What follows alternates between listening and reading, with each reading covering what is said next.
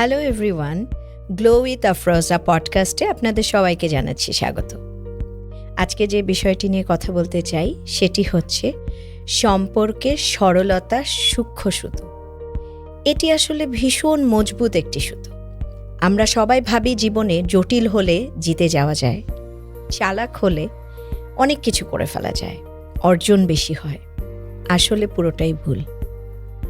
যদি সম্পর্ক সরল একটি সুতোয় চলে এবং সরল একটি রাস্তায় চলে এবং একটা চিকন সুতো যেটি সরল, দেখা যায় না, মানুষ হয়তো আপনাকে বোকা বলবে, বোকা ভাববে, কিন্তু আপনি জানেন না এই যে বোকা ভাবছে বা বোকা ফিল করছে, আপনার কাছে যে শক্ত বন্ধনটি আছে সেটি আর কারো কাছে নেই।